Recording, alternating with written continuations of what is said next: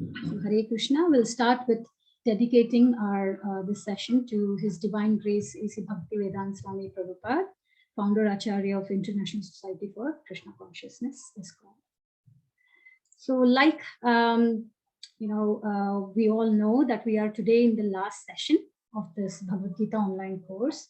I would really like to thank you all for being so consistent and being so enthusiastic to learn this as well. So in the 9 sessions, we have already covered the top 8. And today we are gonna cover the last session, which is the ultimate perfection. Yeah. So we'll get started for today. And to start with the agenda topics as usual. So today, what will we be covering? So Lord Krishna's opinion about this world, how to adjust the imbalance, should devotion be really part of our life, understanding my needs. This will be a kind of short revision of the prior sessions. And then we'll, as usual, end with the practical tips of the day. Yeah? So we'll start with the first topic, which is Lord Krishna's opinion about this world. Yeah. So we have been talking, since last several sessions of this material world, right? So that we are in this material world, and we saw how happiness, peace, just anything in this material world, it is so temporary. Yeah.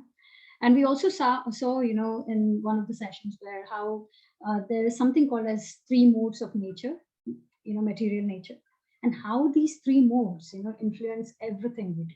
Yeah. So overall picture we get in mind is this material world is so difficult and so challenging. Yeah. So let's see when we have got this as a gist, from our prior sessions, is Krishna really saying something about this material world in Bhagavad Gita itself? Indeed, yes. So let's see what Krishna is saying about this material world, in Bhagavad Gita. So this is a shloka from 8th chapter, 15th verse. Mam upetya punarjanma dukhalayam ashashvatam napnuvanti mahatmanah samsiddhim paramam gata. After attaining me, the great souls who are yogis in devotion never return to this temporary world, which is full of miseries, because they have attained the highest perfection. So Krishna is describing here how this material world is. He mentions 2, you see 2 words highlighted here, right? So in the shloka, you see some in the second line, ashashvatam. Yeah. So what does this mean? Ashashvatam means temporary. Shashvatam means eternal or permanent, right? So ashashvatam, and the other word here highlighted is temporary word, that is dukhalayam. Yeah. So dukhalayam means full of miseries.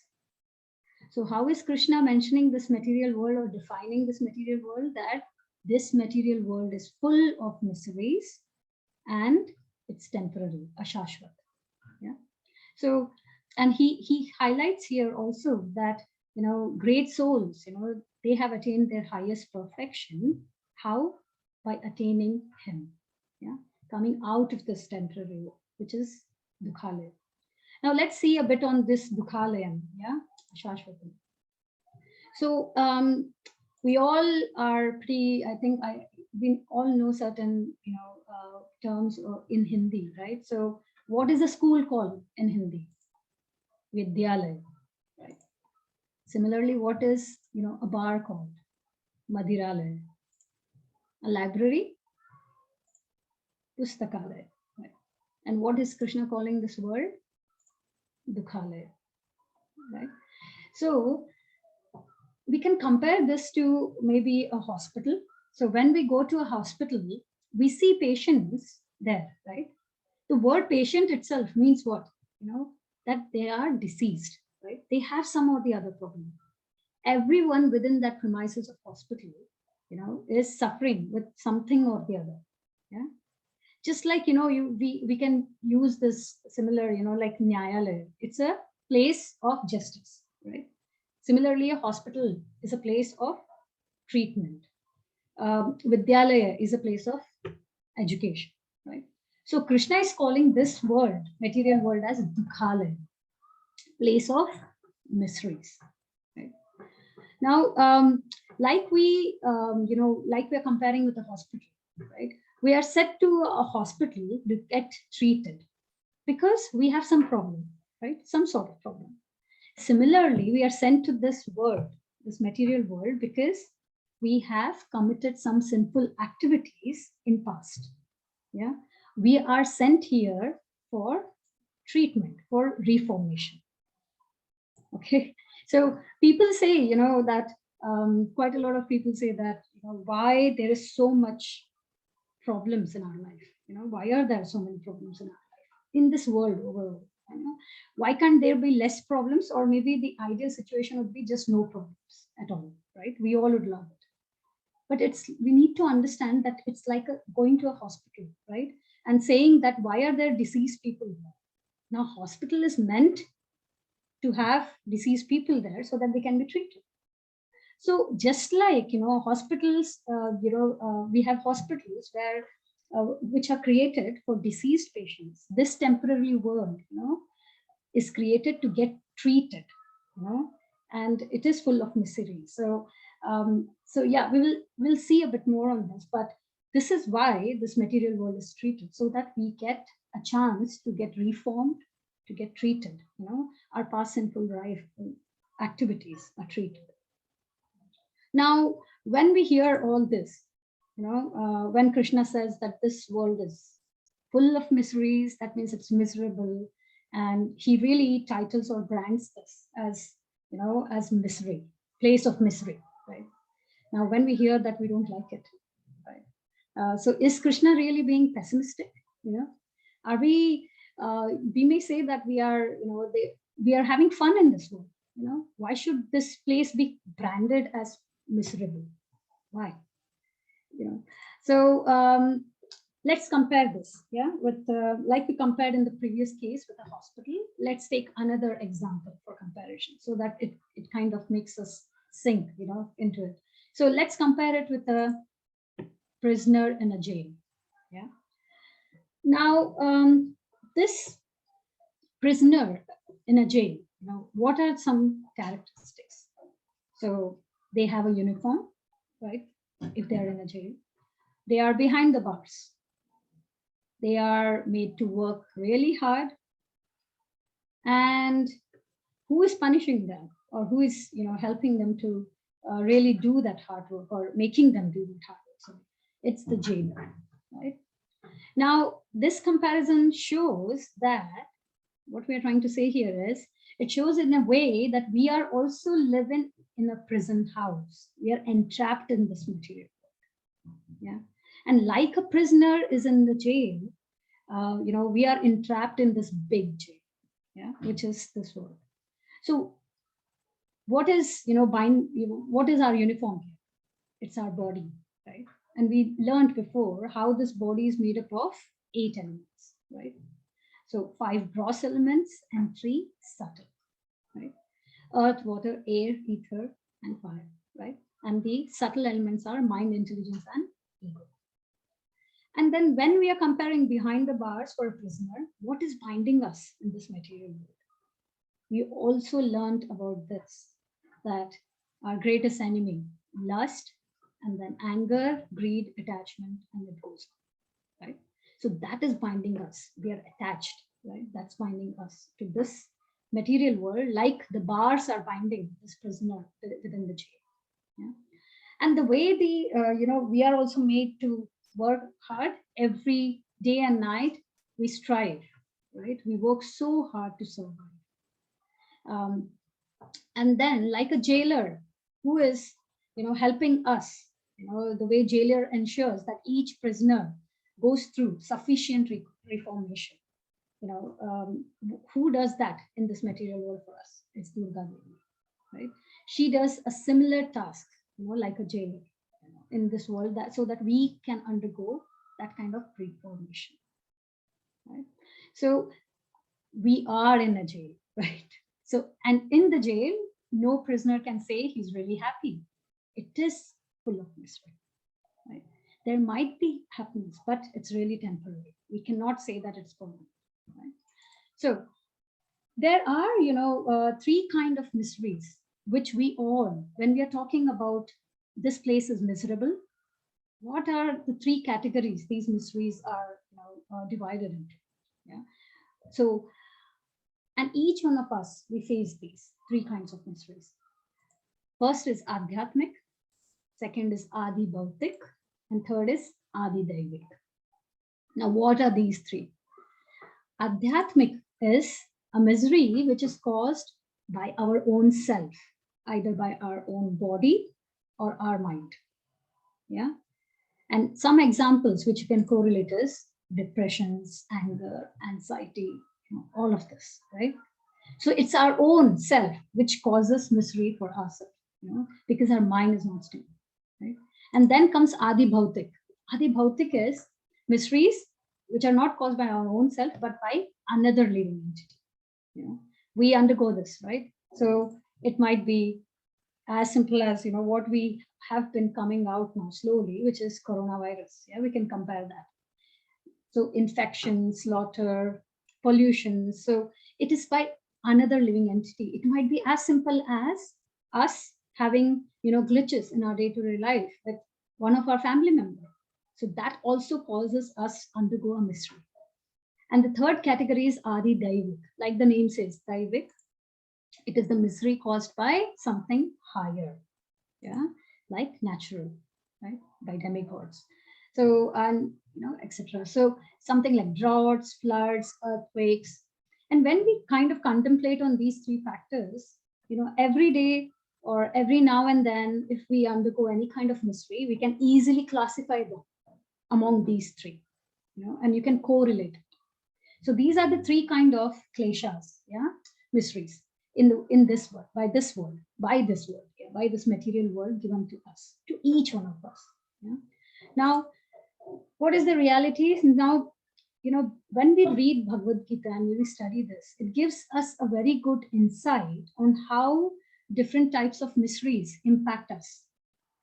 As we are humans, even though we know that these miseries are impacting us, we still look out for, that's why we look out for happiness, without realizing that these miseries will never go down because these are caused by this material world.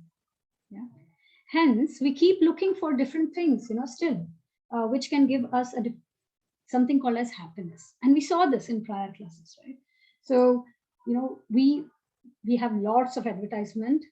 We went through, also we discussed about the terrible virus, which is TB, which really drives us crazy. It makes us start contemplating, which is the start of the cycle, whole cycle of us falling down. So lots of advertisements, which sell happiness, because everybody knows, they're really sharp. Everybody is looking for happiness. Everyone is trying in their own innovative way. We see how, we meet our family or friends. We see how every now and then we see an innovative way that they are keeping themselves, the other family up, and we get influenced. We get, really, oh, why don't I try the same? So there are various innovative ways we see within our, close circles of family and friends, which we see how people strive to be happy, to have a change, and that change is what? For happiness, right? And when we do all these, we know that when we say that this world still gives us happiness, it does, right? But it's really temporary.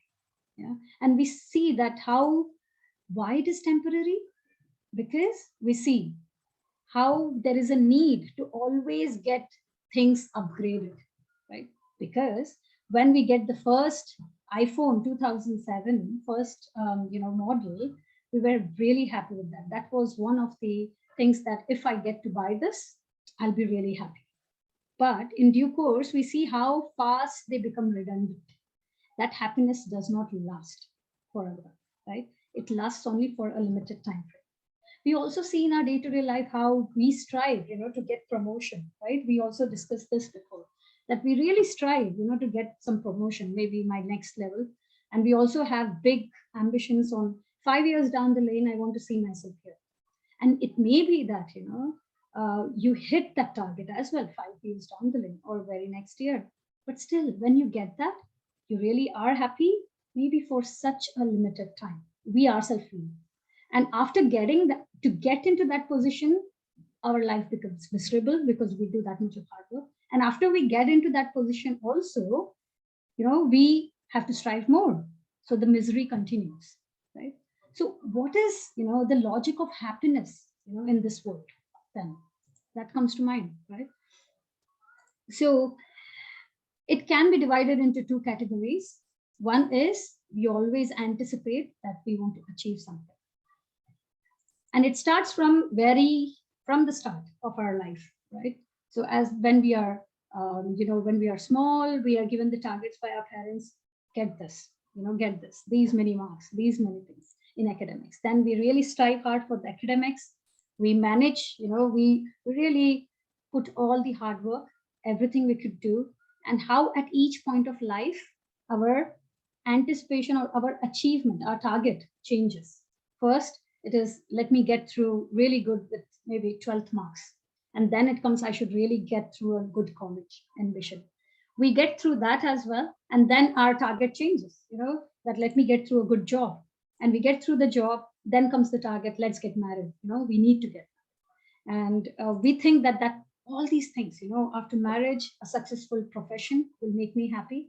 We have so many time points and so many targets. And we all know, today, after passing all these phases, does this really give us happiness? Does the job really give you happiness every day? It might be for certain, there might be a time point where we felt it, but it's not permanent, right? So similarly, this is the first thing that we anticipate of achieving something. That's our happiness. And second is comparison, like we discussed. So we discussed this example of worshipper of Kalima, how he asks for a boon, right? To get, whatever he asks for, right? A big house, a big car, and how she grants him that, okay, I grant him this, but grant you this, but your neighbor would get the double. And how with this comparison, whatever he had at each time points, he did not really, feel happy with that, because he was always looking to next. And he was always looking that his neighbor is getting more. He was not satisfied with what he has. And at the end, he made, hell life for himself by losing, one eye. So similar, we saw how a person walking, looks into a person in the bike, how nice his life is. So, and the ambition never ends, So even though this person had the best car in the world, he was still looking much higher. So there's no limit. Yeah. So we may have then thought in mind that as if this is, all misery in this world. Yeah. Is there a place where, what comes to our mind is, okay, and now I understand this material world is full of miseries. But is there a place where there is no misery at all?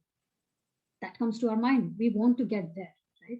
We don't want to have this struggle every now and then. So now Krishna says in next, in this verse in Bhagavad Gita about that place, which is eternal bliss. So na tad bhasate suryo na shashanko na pavakaha yad gatpana nivartante tad dhama paramam mama. That supreme abode of mine is not illumined by the sun or moon, nor by fire or electricity. Those who reach it never return to this material world. This is from 15th chapter, 6th shloka of Bhagavad Gita. Now here we see how Krishna describes of another world. Previously he said how this material world is, dukhalena shashvatam.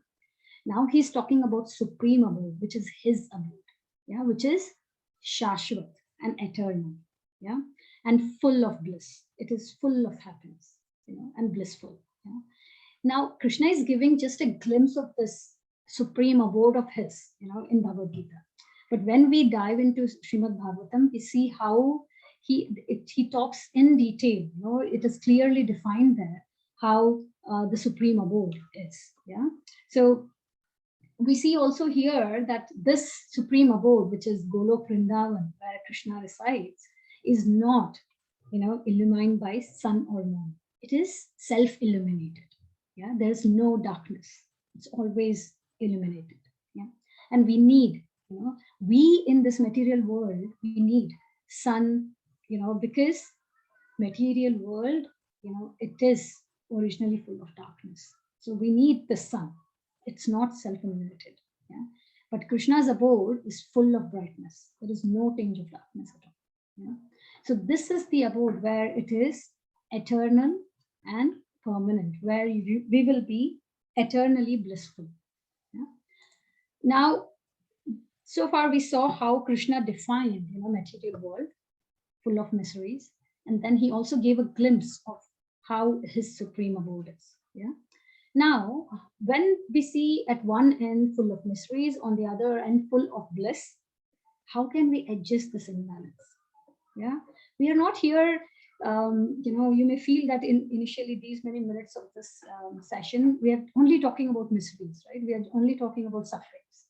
So we are not here to just talk about sufferings. Yeah, our aim is to find a solution, to have us, enlightened that this is indeed, where we are, and how can we find a solution to it, and is there a solution for it? So Krishna also gives us that handy. How can we overcome this sufferings? So this is a shloka from 7th chapter, and we have done this before, how, these miseries caused by this material world, how this material world is under, Krishna's control.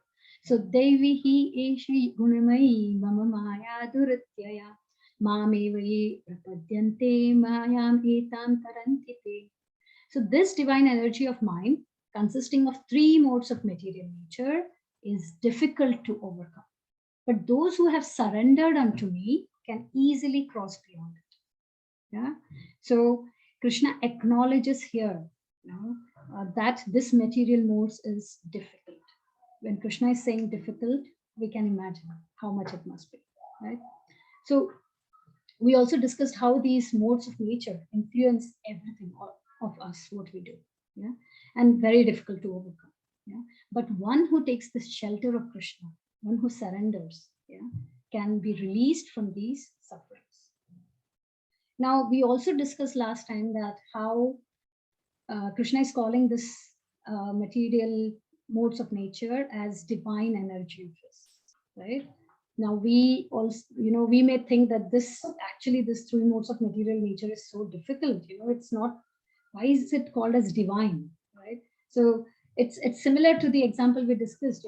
In a jail, if there is a jailer, that doesn't mean that the jailer is also the culprit just because he is within the jail, right? So Durga Devi is controlling us, right? Trying to help us reform, and she is under the control of Krishna.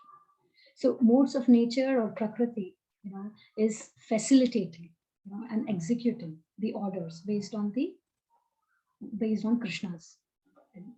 So now there is no solution without taking Krishna's shelter. That's what we understand, right? Surrender is the only thing.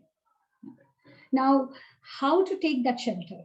That is also given in Bhagavad. So Krishna also highlights here one more shloka from 18th chapter, which is the conclusion of Bhagavad Gita, the last chapter. So Sarva Dharman Parityajya Mam Ekam Sharanam Vraja Aham Tvam Sarva Papebhyo Mokshashyami Masuchaha. Abandon all varieties of religion and just surrender unto me. I shall deliver you from all sinful reactions. Do not fear. Now, as we go in detail to the next level of Gita course, we will see how Krishna has described different aspects. Where, like he has given in Bhagavad Gita the knowledge of the Brahman, that is the effulgence of Krishna's body, which we learned last time, and the super soul, which is Paramatma. Then he also gives us the knowledge of different types of orders or statuses of social lives, knowledge about how how to develop detachment, how to meditate, how to get, renounced order of life. So different, kind. And that's why it's mentioned in here that abandon all the varieties of religion. That's what Krishna mentions here. Yeah, he has described so many types of different types of, religions in this manner. Yeah. So and then the key thing here is Mam Ekam Sharanam Vraja.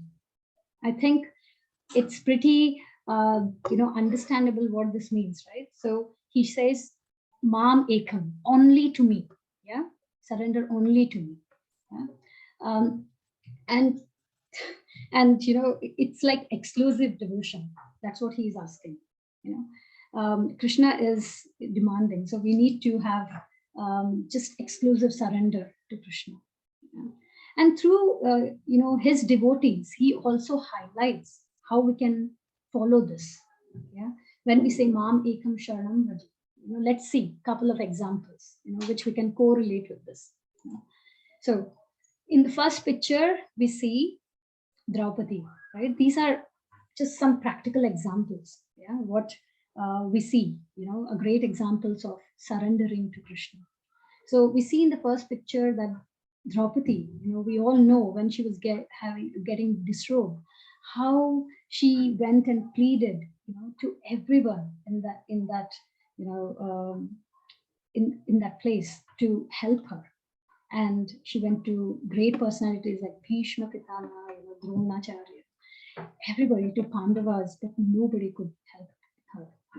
So then, she kind of holded onto her sari with her hands, but Dushashan was the one who was pulling her robe, right? So in front of Dushashan's strength, we can imagine how much can she sustain. So eventually, she had to leave one hand and she started remembering Krishna, praying to him. And, other hand, she was holding on her sari. But in due course, with Dushashan's strength, she left both the hands, she surrendered fully to Krishna. She raised both her hands up. Yeah. So that was complete surrender. And then there you go, Krishna appears and saves her. Right. So that point where she fully surrendered, Krishna was right there to help her, right, and provide his shelter. So this way, we should also completely surrender to Krishna. Like we saw, he demands exclusive devotion, right? And then he will be there to help us. Yeah. So we see similar example from Prahlad Maharaj. Yeah. We know his father was Hiranyakashipu, who was a demon, and he was so powerful that even the demigods used to run away. They couldn't withstand him. And Prahlad Maharaj, just 5 years old, how he, he used to pray Krishna, not being fearful at all. And how we saw how different ways Hiranyakashipu tried to kill him, through poisonous snakes, through throwing him from high peak mountains, through, elephants, so there were so many ways he was tried to kill. But his exclusive devotion of every moment remembering Krishna, as soon as it was needed, Krishna was there to help him. So Krishna demands exclusive surrender, and that's the only way we can come out of this material world and of the mysteries and walking towards the blissful supreme abode of Krishna. Yeah. So now when we are saying that devotional service is the key thing for us, devotion towards Krishna, then should devotion be part of our life? Because we see that we have quite a lot of people around us, and also maybe us. We have a mindset that life in devotion means what? To give up everything. Yeah. To, just give up everything and just sit and do devotional service. Yeah. So giving up your prescribed duties as a family member, as profession, everything. So that's not what Krishna said. And we saw how initially even Arjuna tried to do that, but Krishna does not support that, right? So we can have devotional service as part of our day-to-day life, and how, like we said, Arjuna always asks, questions, the right questions for us, right, on behalf of us. So similarly, in 5th chapter, the first shloka, Arjuna asks Krishna that, could Krishna kindly guide him and tell him that which is more beneficial, for Arjuna, renouncing the work and going away, or working in devotion. Yeah. And then what does Krishna answer to Arjuna? This shloka. So Shri Bhagavan Uvacha Sannyasah Karma Yogascha Nishpreyasa Karav Ubham Tayostu Karma Sannyasat Karma Yogo Vishishyate. So the personality of Godhead replied, the renunciation of work and work in devotion are both good for liberation. But of the two, work in devotional service is better than renunciation of work. So Krishna is answering the question to Arjuna that working in devotional service is better, yeah, and is the preferred option for Arjuna. So Krishna is basically asking here Arjuna and indirectly letting us know that we have to work in devotion to him. Yeah, we need to dovetail our day-to-day activities such a way that it is dovetailed to Krishna. It keeps Krishna in center. Yeah? So we always, we say and we hear that it's so difficult to practice this devotional service. We cannot do because we are so busy in our day-to-day life. We have this, we have that, we have the but when we think, of say Pandavas, yeah. Now Pandavas, they were the kings, they were ruling this whole earth, right? We can imagine the amount of responsibilities they must be having because it was one kingdom back then, yeah, the whole Bharatvansh. So they used to rule the whole earth. But still, they were kings, but they had definitely much more to do than us, right, on their plate. But still, they did the activities in such a way that they kept Krishna in center in their day-to-day life, and they performed the pure devotional service, right? So Krishna is saying in Bhagavad Gita not to, he's saying this Bhagavad Gita not to reinforce the renunciation aspect, right? But he said this Bhagavad Gita to Arjuna to reinforce the devotion aspect. So bhakti, right? That is what he is reinforcing here. Yeah? And that is what he's highlighting in this verse as well. Okay. And when we are saying Pandavas, you might say, okay, you are giving example of, so many thousands of years back, give us more, what about now, so we will give you maybe some more practical examples, what you see here, who are, people in today's world, and they are practicing devotional service. What to talk about Pandavas. Yeah. So the first picture you see is Mafatlal and family. So he's the owner of overall Mafatlal group of companies. And second picture you see is Alfred Ford. He's the great grandson of Henry Ford, the owner of the Ford company overall. Yeah. And Alfred Ford, if we talk about him, he's initiated, in this Vedic culture, and yeah, his spiritual name is also Ambrish Das. And you can see, he has got married with an Indian woman, and he is leading a pious religious life. Yeah? He's following our Vedic culture. Yeah? And we can imagine how busy they must be, right? We cannot say that they are right in that position and they don't have as much as things to do like us. I hope, yeah, you all agree. So when such people, even in today's world, can live, then why we can't in devotional service? Yeah, we can definitely as well. We just need to understand and tailor our needs, yeah, and how we can dovetail all the activities to Krishna. How can we keep him in center of our day-to-day lives? Yeah. So, and how can we do that? By understanding our needs. And this is, we learned how Krishna's opinions are of this material world, how we can, strike the imbalance between this full of miseries of this material world versus the full of bliss of spiritual world. And we know that through devotion practice, having it part of our day-to-day life, keeping in mind these great examples we had, we need to go that way. Now, we can practice devotional service if we can have a better understanding on our day-to-day needs. Yeah, how we get attached. We have seen that before. How we should control and how we should make our right choices. These are our basic needs. yeah, understanding those and making the right choices. So this will be a bit of revision from our last sessions, which also answers as how we can perform our devotional services by understanding our roots. So we saw this before, how Martin Luther King Jr., he mentioned that our scientific power has outrun our spiritual power. We have guided missiles, but misguided men. What does this message say? It says that we need a regulation of our senses, right? And what does regulation mean? How can we regulate our senses? By mind, right? Because mind is so fickle.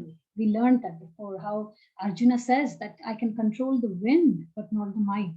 So if Arjuna cannot control, and Krishna also acknowledges how difficult it is, to control the mind. And how are we going to control the mind? Because mind is so fickle, it keeps juggling into options. I like this, I don't like that, I want this, I don't want that. It's very turbulent, right? Our mind can be controlled by what? By not giving it enough options, right? Then it is kept settled down a bit. Yeah. So we saw how bringing regulations in our life, by following the do's and the don'ts, we can control our mind. Now, what were the don'ts we discussed before? The 4 regulative principles, right? Which is no meat eating, including onion, garlic, no intoxication, including tea, caffeine products, no gambling, and no illicit relationships. These are the don'ts. Yeah, we need to follow. And then what were the do's? The do's were chanting, Krishna's name, Hare Krishna, Krishna Krishna, Hare Hare, Hare Rama, Rama Rama, Hare. Reading scriptures like Bhagavad Gita and Srimad Bhagavatam, and also having devotees associations, right? So if we follow these do's and don'ts, our mind really starts, being tamed, yeah? And its turbulence starts settling down, right?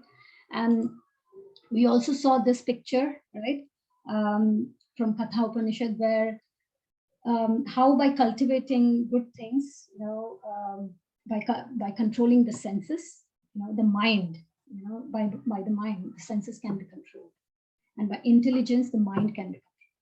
So senses are just like these horses, mind being the rein, intelligence being the driver, and who is sitting there?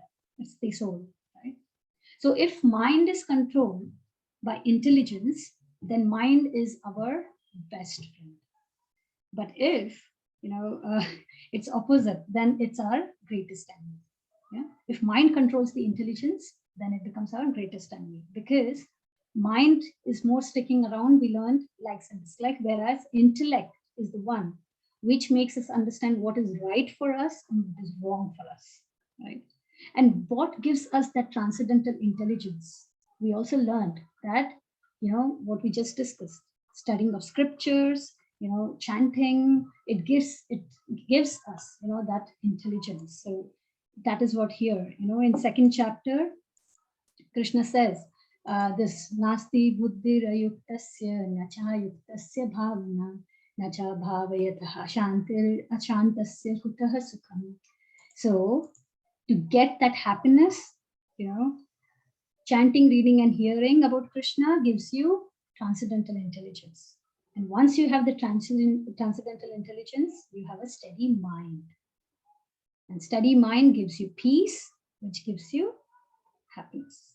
So what does this slide show us? What does this shloka show us? That if we are not connected to Krishna, we can neither have the transcendental intelligence, nor we can be peaceful, nor we can be happy.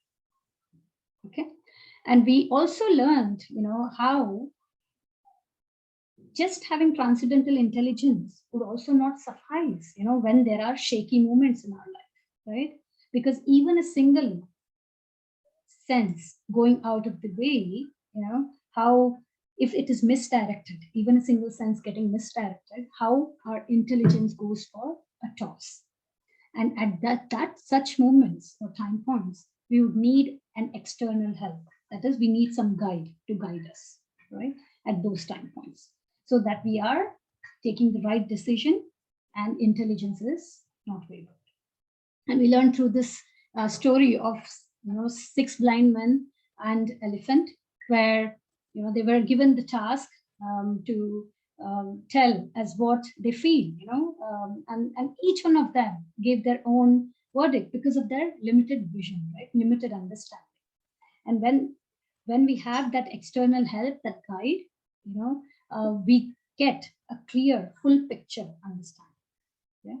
So we need spiritual master, right? Because they know the absolute truth, instead of just depending on the limited vision we have. Yeah. And we also learned how having this spiritual guidelines, we need to be really careful that we are getting the authorized spiritual guidance. Yeah. And it was highlighted in Padma Puran, where they highlighted 4 authenticated sampradayas, which are only the ones, if you take through that, it will be authorized. Yeah? So these were the 4 sampradayas. Like we compared this with joining a school, right? With different boards we have, but all the boards take you, to the same passing a 10th, right? So, but if these boards, other than these boards are authorized by the government. But anything other than these boards, if we just randomly pick up something, we cannot get that authorized endpoint, right? So if for material life we are thinking so much to be sure that we are only following the authorized piece, why not for spiritual life? Yeah.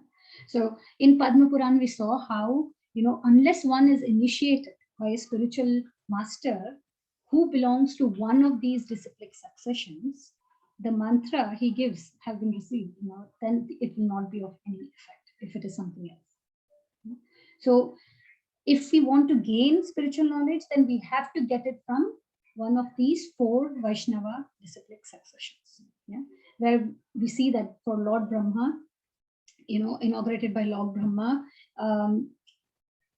Lakshmi ji, Shiva, and 4 Kumars, and how they chose acharyas, like Lord Brahma chose Madhvacharya, Lakshmi ji, Ramanujacharya, Shiva, Vishnu Swami, and 4 Kumars, Nimbakacharya. How they choose for this disciplic succession. Yeah? And then we also saw how ISKCON as an organization falls under the Brahma Madhava Gaudiya Sampradaya, and Prabhupada belonged to this Sampradaya. How we saw that when we are talking about a spiritual master, about him as how his contributions has been, at a very early age, we saw, at the age of 4, he started his devotional service. He started also having a Rath Yatra when he was really young. Then how he's got initiated, and at the age of 54, he left his family and he started really focusing on completing Srimad Bhagavatam commentary, and how he, at the age of 69, when we all are looking forward to settle down in life, to really rest, he traveled in a cargo ship, not a passenger ship as well, a cargo ship, where he went to America, a complete unknown place, and to preach Krishna, to spread Krishna, and how he had 2 heart attacks, still his determination never wavered. So, and how in just 12 years he traveled, the whole world for at least 14 times, and how he spread the Krishna's consciousness. Even at his deathbed, we see here how he is, he was translating Srimad Bhagavatam so that we all can be benefited to know about Krishna. Yeah? So his main aim was to preach about supremacy of Krishna, right? That Krishna is supreme. Yeah, and this is just not that him, it is also mentioned, he's following the scriptures. So this is mentioned in our scriptures, in Srimad Bhagavatam, and this is that verse. Ete chamsha kalaha punsa krishnastu bhagavan swayam indrari vyakulam dukam vradayanti yuge yuge. So all of the above mentioned incarnation are either plenary portion or portions of the plenary portions of the Lord. But Lord Sri Krishna is the original personality of God. All of them appear on planets whenever there is a disturbance created by the atheist. The Lord incarnates to protect the theist. So this is from Srimad Bhagavatam, first canto, third chapter, 28th verse. And you see here how in Bhagavatam it's clearly defined here that Lord Shri Krishna is the original personality of God. He's the supreme. Right? And you also notice that this is a 28th verse, like I said. Now, why it says all of the above mentioned incarnation? Because before this, there are 27 verses where there is a description about all the different incarnations of Krishna, which is like Narsimha Avatar or Varaha Avatar, and their glories. So it, and in the end, in the 28th verse, they say that all these incarnations are nothing but the plenary portion of Lord Krishna. Right? So Krishna is the supreme. Right? So last session we also saw how Krishna is the supreme controller. He himself mentions that in Bhagavad, that he's a supreme controller, supreme enjoyer, and also our supreme well-wisher. And we saw with various beautiful examples how, how merciful he was, right? Through the example of Putna. Then how, how much he did the survivorship, the extent of his survivorship. So can you all hear me? Yes. Yes. I got an error message. Okay, so yeah, we also saw how the extent of his survivorship through his service to Sudama, right? How he welcomed Sudama, and also how he completely is under his control of his devotees with Maharaja Amrish's stories. So he is an empowering Lord, yeah, understanding God, and he's not an exploiting one. So we saw this slide where Krishna says that he's the supreme well-wisher, right? Surudha Sarva Bhutanam is what he said. He's the supreme well-wisher. Yeah? His love for us is unconditional. But we have to remember, unconditional love doesn't mean that whatever we do is loved. It means that whatever we do, we are loved because we are his children, kind of. So coming to this verse where which sets the expectation of Krishna. So now when Krishna is doing so much for us, what is his expectation from us? Yeah? This shloka in 9th chapter, gives a glimpse of that, which goes like Yat karoshi, yat ashnashi, yat juhoshi, dadashi, yat tapasyasi kamteya, tat kurushva mad arpanam. Whatever you do, whatever you eat, whatever you offer or give away, and whatever austerities you perform, do that, O son of Kunti, as an offering to me. So we were talking before how to keep Krishna in the center. He gives it here. Yeah. So whatever we do, keep, offer it to him. Yeah. So why is Krishna asking us to do so much? Let's go back to the example we had for hospital, right? So in hospital, when we go, we follow all the instructions, right? We follow the instructions given by the nurse, by the doctor. We follow the hospital rules. We follow the restrictions when it comes to what we should eat, what we should not. Yeah. So we have so many. So Krishna is also giving us instructions that whatever we do it as an offering to him. Yeah. Now, how can we do this? Firstly, basically, there is a need for us to understand our nature. Right? What are our needs? So to maintain the body and family, satisfaction of mind, handling the pressure and stress, maintaining healthy relationships, and needs of the soul. So these are our needs, right? Our day-to-day needs. Now, how can we fulfill them? We need to earn a livelihood where we have a balanced life, right?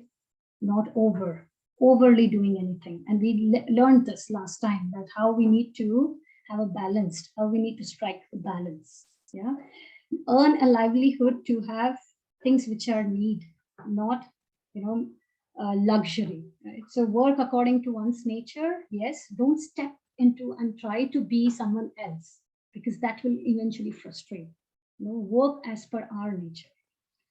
Chanting, yeah, meditation, we saw how important chanting is. That helps us, right?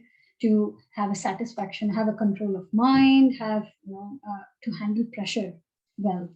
And mood of service and stay grounded, be submissive, be humble, because that is one of the key things we need to develop to progress in our devotional life as well, and devotion to God. So quite a lot of things to balance, right? So many things to balance.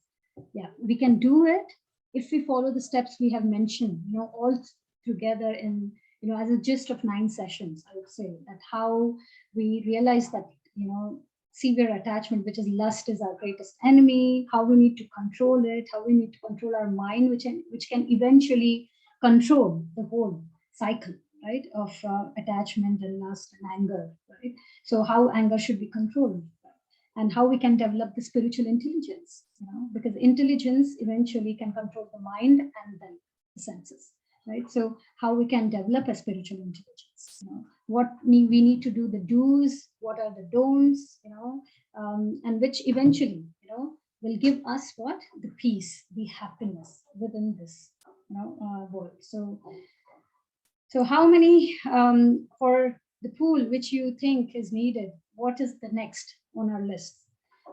So like you all know, we are going to do further level 2 of Bhagavad Gita, and we are going to start it soon. So we are going to do a systematic study in those sessions of Bhagavad Gita, and it will be more, of course, more personal, interactive way, and it will be more shloka wise, deep diving into what exactly is Krishna trying to say, so that we can imbibe this in our day-to-day life, right?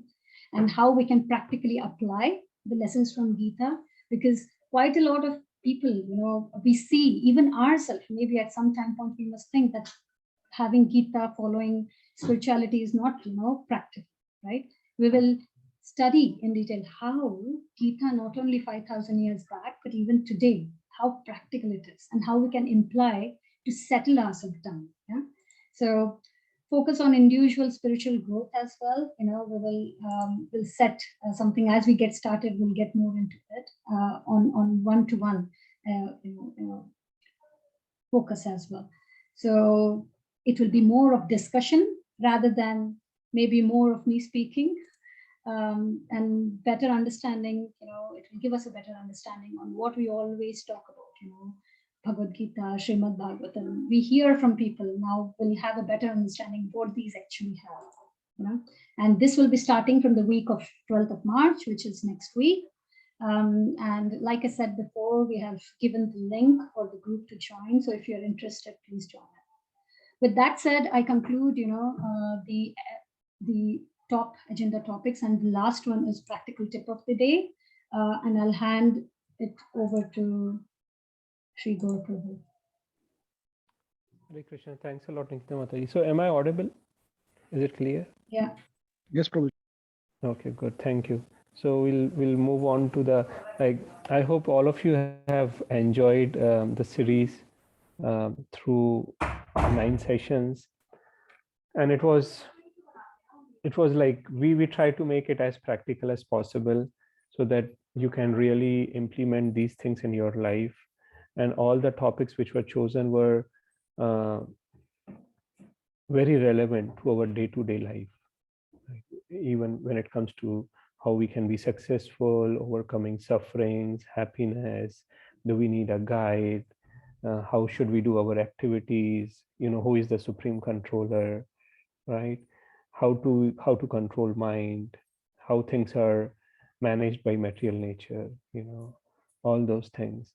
And our basic aim is to help the society at large to live a peaceful and happy life, and ultimately understand what spirituality is. As human beings, we can understand these things, and that is the difference between us and animals, right? Otherwise, we also eat, sleep, mate, and defend ourselves, but same as animals. But what we can do is use our higher intelligence through which we can discriminate to understand who is God, what is our relationship, and to live that happy and peaceful life, right? And we saw from example of Arjun that how, we may be expert in different fields, but even a person who is as wise, as strong and intelligent as Arjun would need an external support, right? And so we all would also need some kind of support, hand holding in our own lives, right? Which is why, we are starting this in-depth Bhagavad Gita study course.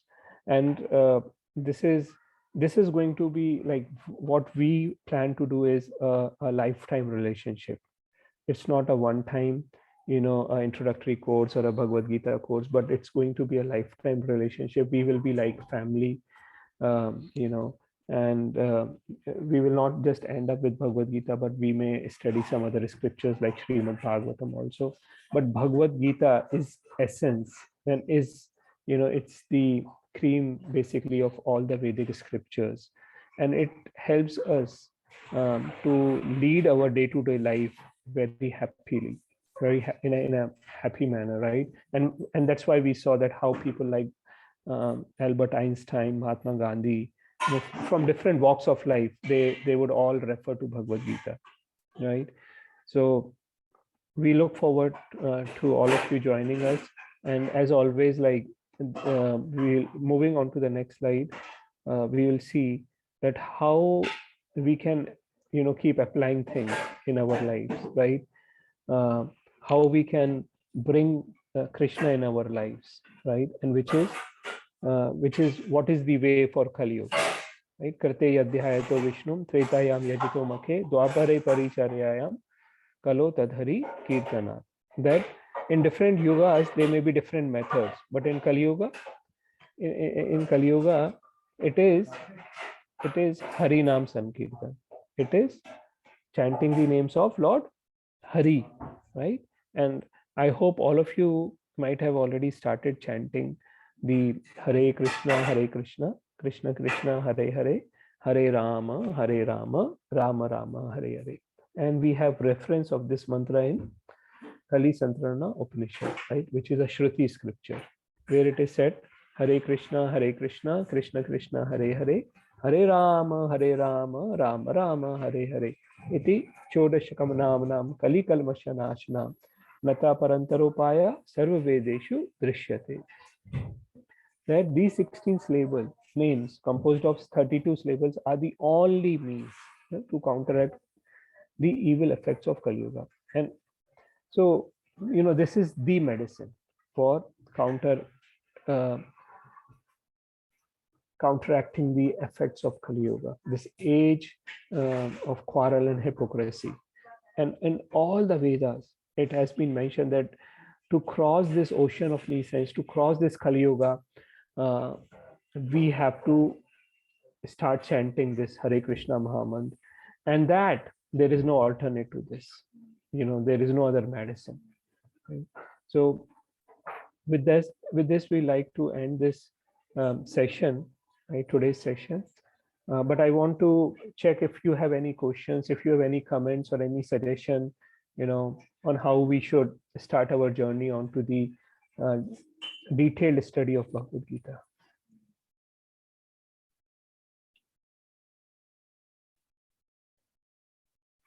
Any suggestion from anyone or any question?